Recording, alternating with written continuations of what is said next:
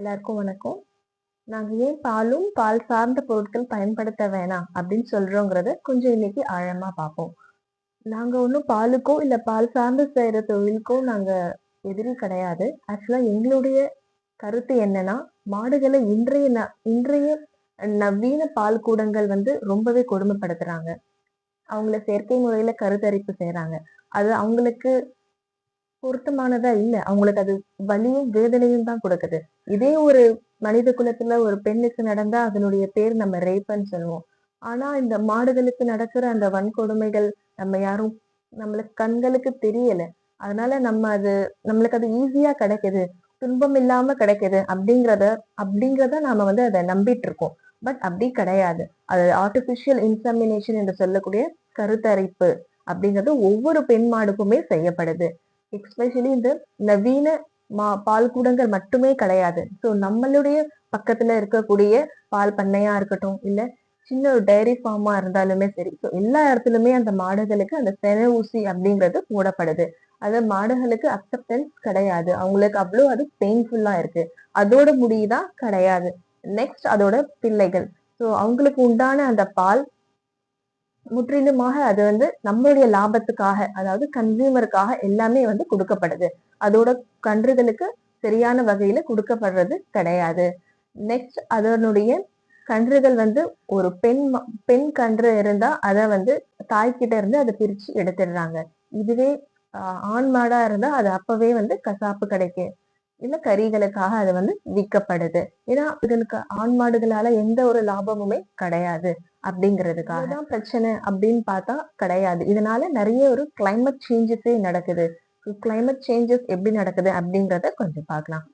இப்ப ஒரு நவீன ஒரு பால் கூடம் இருக்கு. இப்ப புதுசா ஸ்டார்ட் பண்ண போறாங்க அப்படின்னா அவங்களுக்கு அந்த லேண்ட் தேவைப்படுது. டீஃபாரஸ்டேஷன் பண்ணப்படுது. மரங்கள் எல்லாமே வெட்டி வீழ்த்து அந்த இடத்துல அவங்களுக்கு வந்து டைரி ஃபார்ம் அப்படிங்கறத உருவாக்குறாங்க. நெக்ஸ்ட் மாடுடைய தீவனம். ஸோ அது மாடு பேசிக்கா மனிதனை விட 10 மடங்கு அதிகமாக சாப்பிடக்கூடியது. ஸோ அதனால இன்னமும் அதிகமா நம்ம டிஃபாரஸ்டேஷன் பண்ண ஆரம்பிச்சிட்டோம். எப்படின்னா பெரிய பெரிய மரங்கள் எல்லாம் நம்ம வந்து வெட்டிட்டு அந்த இடத்துல அவங்களுக்கான அந்த கிராப்ஸும் சரி, கார்ன்ஸும் சரி, இதை நம்ம வந்து உற்பத்தி செய்ய ஆரம்பிச்சு இடத்துல 2 மடங்கா டிஃபாரஸ்டேஷன் வந்து நடக்கப்படுது. தேர்ட் வந்து வாட்டர் ரிசோர்சஸ். ஸோ மாடுகளுக்கு தேவையான தண்ணி குடிக்கிறதுக்கும் அவங்களுடைய பராமரிப்புக்கான தண்ணியும் நம்ம அதிகமா வாட்டர் ரிசோர்சஸ் அப்படிங்கறத பயன்படுத்த ஆரம்பிச்சிட்டோம். நெக்ஸ்ட் தேர்ட் அவங்களுடைய சாணம், அந்த மாட்டு சாணத்துல இருந்து வெளிவரக்கூடிய மீத்தேன் CO2 அப்படிங்கிற சொல்லக்கூடிய கிரீன் ஹவுஸ் கேஸ் எமிஷன் வந்து ரொம்பவே அதிகமா இயற்கையை பாதிக்குது. இது நம்மளுடைய ஒட்டுமொத்த பாப்புலேஷனுடைய டிரான்ஸ்போர்ட் பொல்யூஷனை விட 10 மடங்கு அதிகமானதாக இருக்கு. கிரீன் ஹவுஸ் கேஸ் எமிஷன் அப்படிங்கிறது ரொம்பவே அதிகமா இருக்கு. இதனால நிறைய கிளைமேட் சேஞ்சஸ் ஏற்படுது. மழை பற்றாக்குறையா இருக்கட்டும், இல்ல மிகப்பெரிய ஒரு ஃபெமைனா கூட இருக்கட்டும். ஸோ இதெல்லாமே வந்து ஏற்படக்கூடியதற்கான சான்சஸ் வந்து ஹையாவே இருக்கு. Okay, I understand. ஸோ பால் இல்லாம நம்மளால வாழ முடியாது அப்படிங்கிற ஒரு ஒரு கற்பனை தான் என்ன கேட்டா. ஸோ பால் இல்லாமலும் நம்மளால வாழ முடியும். 90% ஆஃப் பீப்புள் அவங்களுடைய நாளை பாலோ இல்ல டீ காஃபி இல்லாம ஆரம்பிக்க மாட்டாங்க. எனக்கு புரியும். பிகாஸ் நானும் வீகன் ஆகிறதுக்கு முன்னாடி அப்படிதான் இருந்தேன். பட் இந்த வன்கொடுமைகள் இதன் மூலியமா இந்த கிளைமேட் சேஞ்சஸ் நிறைய காசஸ் இருக்கு.